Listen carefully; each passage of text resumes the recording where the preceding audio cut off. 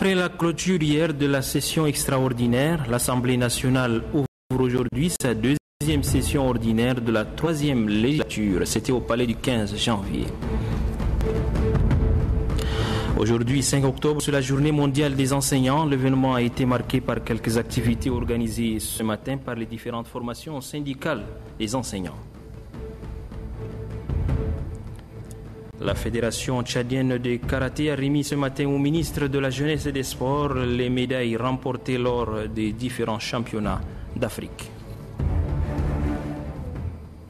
Madame, Messieurs, bonsoir et bienvenue dans ce journal. La deuxième session ordinaire de la 3e législature de l'Assemblée nationale s'est ouverte ce matin au palais du 15 janvier. C'est le président de l'Assemblée nationale, Haroun Kabadi, qui a présidé la cérémonie d'ouverture. C'était en présence du Premier ministre Emmanuel Nadingar et des présidents des grandes institutions de la République. Mohamed Moussa Bamichi. La présente session de l'Assemblée nationale sera consacrée à l'examen et à l'adoption de la loi des finances pour l'exercice 2013. Les élus du peuple ont 90 jours pour évacuer ces dossiers d'une importance capitale. Ils examineront également plusieurs ordonnances et projets de loi non examinés lors de la session précédente. À l'ouverture de la deuxième session ordinaire, le président de l'Assemblée nationale s'est apaisanti sur les questions socio-économiques du pays, notamment les inondations et la crise sociale. La représentation nationale se félicite de la médiation des 3 leaders religieux dans le bras de fer ayant opposé le gouvernement et l'Union des syndicats du Tchad et qui a permis la suspension de la grève pour 1 mois. Nous souhaitons que cette suspension soit prolongée au-delà de ce délai en espérant que cette pause permettra aux 2 parties de poursuivre avec responsabilité les négociations entamées en vue de trouver une solution idoine définitive. Haroun Kabadi se fait de l'acte du gouvernement en faveur des victimes d'inondations tout en prônant la création d'un fonds national de solidarité. Le président de l'Assemblée nationale n'a pas perdu de vue la cherté des vies et l'insécurité. Permettez-moi en outre d'attirer l'attention du gouvernement sur les échos quasi généralisés qui nous arrivent de nos compatriotes aussi bien des villes que des campagnes. Leurs plaintes et leurs lamentations se déclinent en termes de famine, de hausse injustifiée des prix des denrées alimentaires de première nécessité, de l'inaccessibilité au ciment made in Tchad sur le marché, de la recrudescence de l'insécurité aussi bien dans les centres urbains que sur nos routes, de l'impunité, de la généralisation des conflits intercommunautaires. La transparence dans les dépenses publiques est exigée par le président de l'Assemblée nationale. Selon Haroun Kabadi, la représentation nationale salue les actions de l'opération Cobra. Il convient de souligner qu'au cours de cette deuxième session ordinaire, le projet de règlement intérieur de l'Assemblée nationale sera examiné. Le renouvellement du bureau est également inscrit à l'ordre du jour. Le Premier ministre Emmanuel Nadingar fait à l'hôtel Kempinski un dîner de revoir à la délégation de la chaîne américaine arrivée en fin de ce jour au Tchad. C'était en présence des membres du gouvernement, des proches collaborateurs du Premier ministre, des leaders de différentes confessions religieuses et bien d'autres personnalités. Ramadei Hassan nous fait le point. Ce dîner empreint de la plus grande qualité offert par le Premier ministre Emmanuel Nadingar témoigne sa reconnaissance à la délégation américaine de la chaîne CNN en visite au Tchad depuis le 29 septembre dernier. À travers cette visite de travail, le directeur de la chaîne américaine CBN, Michael Little, entend mettre en relief les liens de relations de coopération et de partenariat existants entre le Tchad et les États-Unis d'Amérique. Le Premier ministre Emmanuel Nadingar s'est dit très réconforté par le déplacement des responsables de la chaîne CBN au Tchad avant de déclarer que cette visite leur a permis d'aborder d'autres sujets d'intérêt dans le domaine du développement rural, le renforcement du secteur de la santé et de la communication. Durant son séjour, la délégation américaine a eu des échanges avec les responsables des départements ministériels précités et ceux de différentes confessions religieuses du Tchad. Pour exprimer sa gratitude aux plus hautes autorités tchadiennes, Le directeur de la chaîne américaine CBN, Michael Lutler, a offert un livre de Pat Robinson, fondateur de cette chaîne, au chef de l'État Idriss Déby Itno pour ses bonnes œuvres en faveur de la paix dans le continent. Le livre est intitulé « La plus grande vertu de Pat Robinson », un livre qui met l'accent sur l'amour, le bonheur et le succès. Au cours des cadeaux qui a ponctué ces dîners, le chef du gouvernement a offert des objets d'art, symbole de la culture tchadienne, à son hôte américain. En octobre dernier, la formation organisée par Canal France International en collaboration avec le ministère de l'Enseignement supérieur et celui de l'Information et de la Communication s'est achevée cet après-midi à l'ISFOP à Sabangali. La formation qui a regroupé 5 journalistes est axée sur le reportage court sur la thématique de la ville et de l'urbain. Grand Gachamirima. 5 jours d'échange et de partage ont permis aux journalistes venus respectivement du Niger, du Rwanda, de la Côte d'Ivoire, du Sénégal et du Tchad de suivre avec abnégation la formation dispensée par Canal France International. Un thème spécifique, les reportages courts sur la thématique de la ville et de l'urbain. Durant leur échange, les journalistes et leurs formateurs ont parfait leurs connaissances, notamment dans la réalisation. Le but de cette formation, qui intervient à 2 mois de la rencontre des chefs d'État à Dakar au Sénégal, vise à réaliser un reportage court dont la durée n'excède pas les 6 minutes. Pour le représentant des stagiaires, cette formation est très enrichissante. Un stage que nous mesurons à sa juste valeur, de par la qualité de l'enseignement, la pertinence des idées, l'interactivité des cours, l'ouverture d'esprit de nos formateurs et le sens du partage. Au sortir de cette formation, ô combien riche, nous serons en mesure de concevoir, de planifier, de tourner et de monter un magazine télévisé qui sera diffusable sur toutes les chaînes de télévision africaines. Le partenariat CFI et NRTV n'est plus à démontrer. Il est bénéfique et actif car il permet de mieux outiller les agents de l'office afin d'assumer convenablement leur mission de communicateur dans la société. Pendant cette formation, dans ces locaux, le matériel, les ordinateurs, les étudiants, tout témoigne de votre volonté d'investir dans les médias, d'en faire un des points forts du Tchad. Et cette volonté, CFI la partage. Et en conclusion, je n'ai qu'un seul message, CFI est à vos côtés. À l'issue de cette formation sur les reportages courts relatifs à la thématique de la ville et de l'urbain, des attestations sont remises aux 5 journalistes venus du Niger, du Rwanda, de la Côte d'Ivoire, du Sénégal et du Tchad. Le ministre de l'Information et de la Communication, Hassan Sila Bakari, qui a clôturé les travaux, a mis un accent particulier sur l'éthique et la déontologie du métier du journaliste et salue le partenariat ONRTV-CFI. Nous l'écoutons. Nous avons écouté tout à l'heure le témoignage et des encadreurs et des apprenants.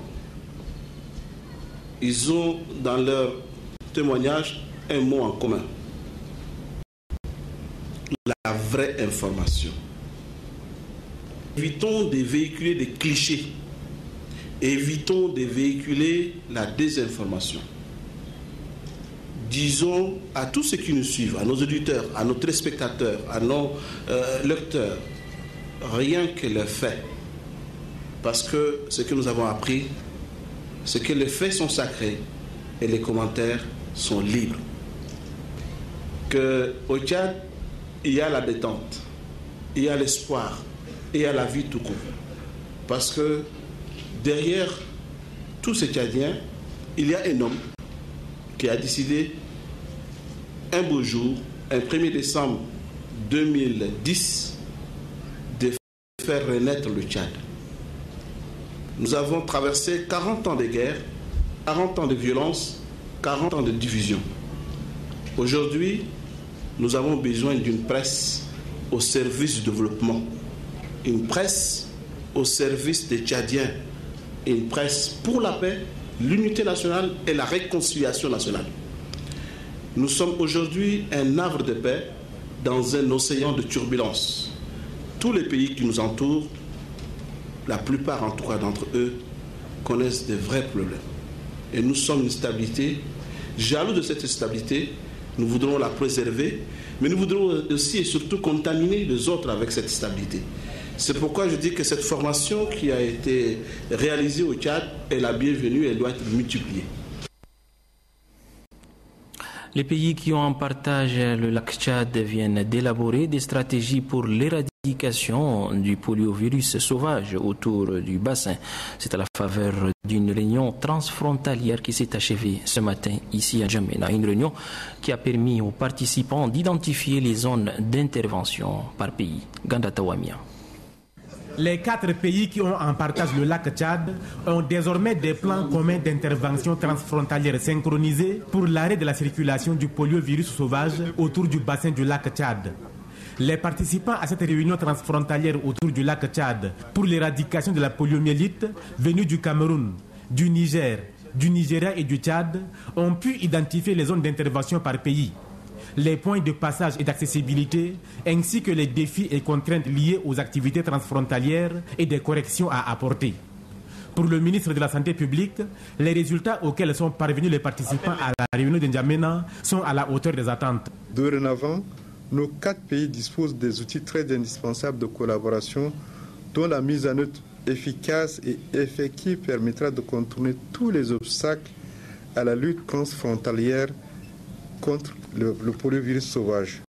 Mahmoud Nawar Ngawara a invité les participants à être des ambassadeurs auprès de leurs pays respectifs pour la mobilisation des ressources nécessaires en vue de tenir le chronogramme des activités retenues. Pour lui, cette assise de N'Djamena a permis l'élaboration des stratégies plus efficaces et efficientes pour l'éradication du poliovirus sauvage autour du bassin du lac Tchad. Le ministre de l'Agriculture et de l'Irrigation vient d'effectuer une mission dans la partie septentrionale du pays. Une tournée qu'il a conduite tour à tour dans la région du Wadaï et du Wadi Fira. Adoum Abdelkader. C'est dans le but d'évaluer la campagne agricole que se justifie la descente du ministre de l'Agriculture et de l'Irrigation sur le terrain. À Béché, dans la région du Wadaï, le ministre Djimé Adoum a rencontré les techniciens et les producteurs de la dite région. Il était question au cours de cette rencontre d'apprécier le rapport d'activité de la saison en cours. Selon le constat, une bonne moisson est prévue pour cette campagne agricole dans la région. C'est là grâce à la mécanisation de l'agriculture et à la disponibilité des produits phytosanitaires, devait signifier le gouverneur Kedala Younous. Occasion pour le ministre Djimé Adoum de demander aux techniciens de l'agriculture et les producteurs de maintenir le même élan de travail. À Biltine, dans le Wadi Fira, ce sont les mêmes sujets qui ont été abordés avec les agriculteurs de la région. Dans cette circonscription, la productivité semble être améliorée. Les moyens de production modernes mis à la disposition ont été d'un grand apport. C'est l'on note la présence des ennemis des cultures pouvant inverser la tendance. Face à cette situation, le ministre de l'Agriculture a donné des instructions fermes aux techniciens de l'Agence nationale anti-acridienne de prendre les dispositions nécessaires afin de sauver la campagne agricole en cours. Dans un point de presse donné ce matin, le ministre de la Fonction publique et du Travail, Mohamed Abali Salah, a annoncé un certain recrutement pour le compte du ministère de l'Éducation nationale à la veille de la rentrée scolaire. Il a aussi annoncé le recrutement en vue pour le compte du ministère de la Santé publique. Dans le souci de tenir régulièrement informés les usagers, le ministère de la Fonction publique et du Travail vient une fois de plus de procéder à l'application de l'ensemble des arrêtés d'intégration des enseignements de l'élémentaire, y compris le CAP-CEG. Ceci conforme au quota qu'il est alloué par la loi des finances de 2012 qui est de 2000 places. Et nous venons en même temps d'entamer au niveau de l'enseignement secondaire le recrutement de 1000 professeurs prévus aussi par la loi de 2012. Présentement, le guichet a publié 459 lauréats, dont 356 scientifiques, sur un ensemble de 683 scientifiques sollicités par les ministères utilisateurs. Aussi, pour satisfaire la demande du ministère, nous lançons un appel à tous les lauréats scientifiques de déposer leurs dossiers le plus tôt que possible. Par ailleurs, à la connaissance usagers, il est prévu un test de recrutement dans le cadre du quota du ministère de la Santé publique. Ce test de recrutement concerne uniquement les sages-femmes issues des écoles et instituts privés de santé. Un délai d'une semaine leur est accordé pour compter du lundi 8 octobre 2012. Enfin, dans le cadre du programme de la réforme de l'administration publique, le gouvernement a procédé au recensement biométrique des agents civils de l'État sur l'ensemble du territoire national. grâce au résultat de ces recensements, des agents atteints par l'âge des retraites ont pu être dénombrés.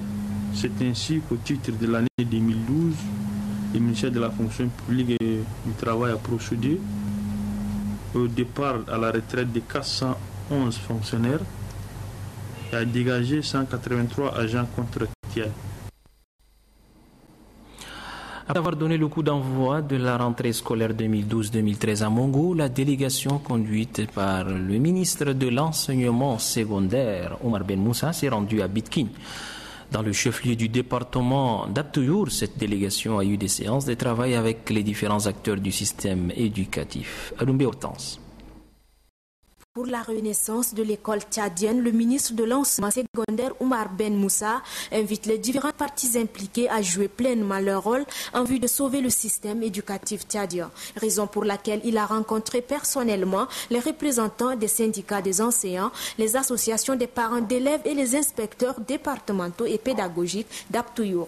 L'enseignant doit, selon le ministre, être un modèle pour l'élève et est tenu à faire régner la discipline au sein de l'établissement. À cet effet, le concours des parents d'élèves est sollicité et le système de cahier de test a été imposé par le ministre. Un système qui, selon lui, ne permettrait non seulement de maîtriser les élèves recalcitrants, mais obligerait aussi l'enseignant à respecter ses heures de cours. Les pratiques selon lesquelles les élèves des classes intermédiaires sont présentés au baccalauréat par la complicité des proviseurs et le recrutement des maîtres communautaires affinités ont été dénoncés. Les doléances exprimées par les différents acteurs à l'éducation sont entre autres le manque d'enseignants et d'infrastructures scolaires adéquats. Le syndicat des enseignants déplore les retards dans le traitement des dossiers de titularisation, d'avancement et de reclassement des enseignants au niveau de la fonction publique et aussi la cherté de vie.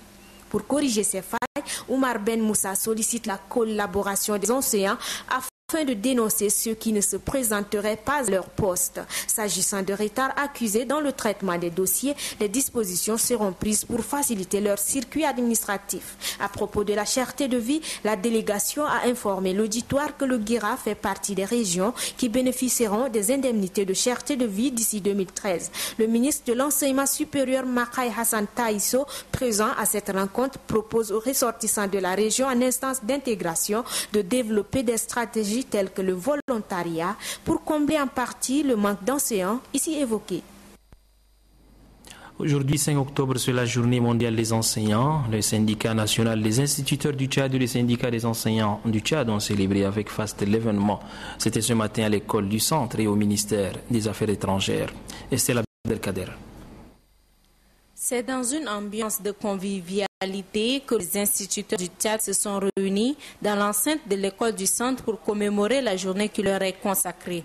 Cette journée mondiale des enseignants édition 2012 est un cadre de réflexion sur leurs conditions de vie et de travail.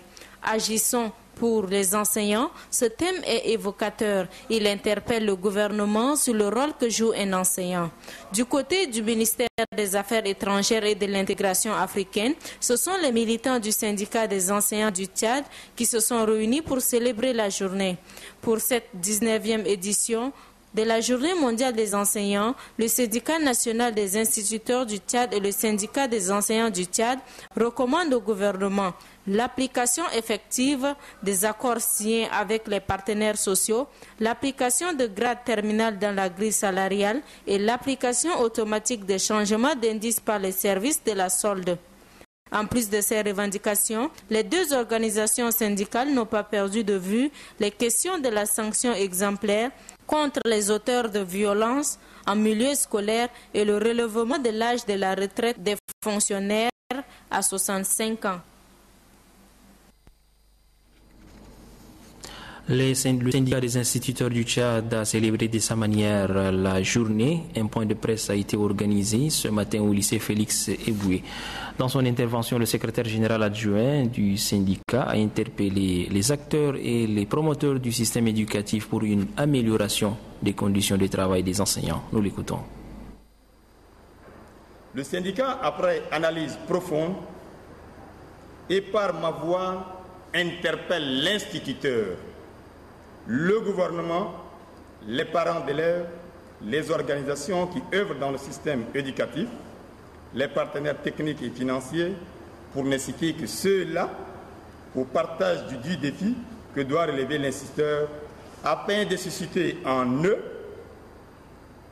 une réflexion permettant de trouver davantage les manières d'améliorer le statut professionnel, les conditions de travail et d'envisager l'instituteur de demain pour l'école de demain. Les activités de Semaine nationale de l'alphabétisation organisées cette année à Bokoro, dans le Hadjar Lamis, se sont achevées hier. Des thèmes relatifs à l'alphabétisation, au bilinguisme et bien d'autres ont retenu l'attention des participants. Adef Ahmad Ben Rahma. À la faveur de la Semaine nationale de l'alphabétisation, les cadres du ministère de l'enseignement primaire venus de plusieurs régions du pays ont débattu des thèmes variés. L'alphabétisation et l'éducation des bases non formelles, l'amélioration de l'accès, de la rétention et de la qualité dans l'enseignement fondamental étaient au menu de la rencontre de Bokoro. Les participants se sont aussi intéressés à l'alphabétisation en langue nationale et aux mécanismes de transition vers les langues officielles. La stratégie de mise en œuvre d'un programme d'alphabétisation fonctionnelle est au nombre de sujets évoqués. La question du bilinguisme est parmi les thèmes qui ont suscité autant d'interrogations. Selon le directeur adjoint de l'alphabétisation, pour un réel bilinguisme, l'enseignement doit être à la base. Si le gouvernement insiste sur le bilinguisme, ça veut dire qu'il y a une raison fondamentale. Et s'il y a une raison fondamentale, nous, techniciens que nous sommes, qu'est-ce que nous devons faire? Nous devons tout faire pour que ce bilinguisme-là soit effectif. Si je suis par exemple à Pala, les gens commencent dans leur langue maternelle en français et ils finissent par l'arabe littéraire. Si nous sommes par exemple ici à Bokoro, ils commencent par leur langue maternelle ou par tchadien et ils balancent sur l'arabe littéraire et le français. À la fin, chez nous, en alphabétisation, ça c'est un truc qui est déjà effectif, on aboutit à un bilinguisme fonctionnel. Les séminaristes ont également, lors de leurs travaux, débattu de la problématique de l'éducation en milieu nomade, insulaire, des questions des enseignements spécialisés et de l'éducation à l'environnement. Une réunion de prise de contact a eu lieu ce matin au ministère de la Justice, de l'assainissement public et de la promotion de la bonne gouvernance. Dirigée par le secrétaire général du dit ministère, cette première rencontre a pour objectif de permettre aux membres de la commission interministérielle de mener une réflexion sur les nouvelles stratégies à adopter afin de lutter contre la corruption au Tchad. Marale Joséphine. Cette commission est chargée d'actualiser la stratégie nationale de lutte contre la corruption. La création de cette commission s'inscrit dans le cadre de l'une des missions du département, celle de promouvoir la bonne gouvernance. Vous savez, depuis le 21 février 2012, les plus hautes autorités ont décidé de fusionner la justice, l'assainissement public et la bonne gouvernance. Donc pour le volet bonne gouvernance, cette commission est mise en place pour répondre à cette mission de contrôle, d'inspection et de suivi des activités dans toutes les administrations publiques, les associations et les institutions privées bénéficiant d'aide ou de subventions de la part de l'État. Et le ministère a également cette mission de coordonner et de suivre la mise en œuvre de la politique du gouvernement en matière de bonne gouvernance. Donc en raison de l'étendue de la mission, nous ne pouvons pas au niveau du département prétendre l'accomplir à nous seuls. C'est pour cette raison que cette commission a été mise en place avec les représentants de différents secteurs d'activité. Nous avons déjà ce document, mais non validé. Donc la commission va s'atteler à lui donner la forme qu'il faut pour que ce document puisse servir de cadre de référence dans le cadre de la lutte contre la corruption et la promotion de la bonne gouvernance. Voilà, c'était là la déclaration de la secrétaire générale du ministère de la Justice, de l'assainissement public et de la bonne gouvernance lors de la réunion des prises de contact ce matin. L'Assemblée générale des Nations unies a institué une journée mondiale de la fille. Dans le cadre de la célébration de cette première édition prévue pour le 11 octobre, une rencontre des différents chefs des races résidant à N'Djamena avec le représentant de l'UNFPA et le délégué du gouvernement auprès de la commune de N'Djamena tenu au gouvernorat de N'Djamena. Noubadoumbaï Talomadi. Le Tchad, à l'instar d'autres continents du monde, s'apprête à célébrer la journée internationale de la fille le 11 octobre 2012. instituée par l'Assemblée générale des Nations unies. Cette journée qui va être célébrée pour la première fois dans le monde sous le thème « Le mariage de la fille » est une opportunité pour cette frange de la population de se prononcer sur le mariage de la fille. Selon le représentant du Fonds des Nations unies pour la population, cette journée se tient dans le souci d'encourager la politique du genre tant souhaitée par les organisations des Nations unies. Elle s'inscrit aussi dans le cadre de la promotion de la santé maternelle et de la réduction du taux de la mortalité maternelle. Du côté du gouvernement, l'implication des chefs de race dans l'organisation de cette journée de réflexion est un véhicule par excellence pour sensibiliser les parents sur les différentes situations et les problèmes que font face les filles. Le délégué du gouvernement auprès de la commune d'Ndiamena, le sultan rural et urbain et les représentants de l'UNFPA invitent les différents chefs traditionnels à s'approprier cette journée afin de lutter contre les maux qui minent l'épanouissement des filles. Issa Adjide souhaite que les chefs de race soient à leur tour outillés sur l'importance de la journée internationale de la fille. L'atelier de validation du manuel de procédure du Haut Conseil national de coordination pour l'accès au Fonds mondial s'est achevé hier au CEFOD. Cette session de formation marque une étape importante dans la création des conditions de renforcement du partenariat dans la lutte contre le paludisme, le sida et la tuberculose. Estelle Abdelkader. Après 3 jours de travail, les participants à l'atelier de validation du manuel de procédure dotent le ACNC d'un guide nécessaire pour son fonctionnement. Il s'agit d'un livre permettant au ACNC de renforcer les techniques pour la lutte contre le paludisme, le sida et la tuberculose. Au cours de cet atelier, le manuel de procédure du Fonds mondial en question a été abordé. Le vice-président du ACNC, Gabdoubella Diba Célestin, se réjouit de la tenue de cet atelier, car avec ce manuel, dit-il, le ACNC s'engagera davantage dans la mobilisation des ressources. Notre instance nationale est désormais bien outillée pour rendre compte en toute objectivité et acquis de droit des résultats obtenus et des mesures à préconiser si d'aventure des faiblesses venaient à être constatées. Selon le vice-président, cet atelier a permis aux séminaristes d'analyser le manuel. Ce manuel, faut-il rappeler, vient appuyer le gouvernement dans sa politique en matière de la santé publique. Et puis au bas de ce journal, la Fédération tchadienne de karaté et des disciplines assimilées a remis ce matin au ministre de la Jeunesse et des Sports, Haïkal Zakaria Djibrine, les médailles remportées lors des différents championnats d'Afrique.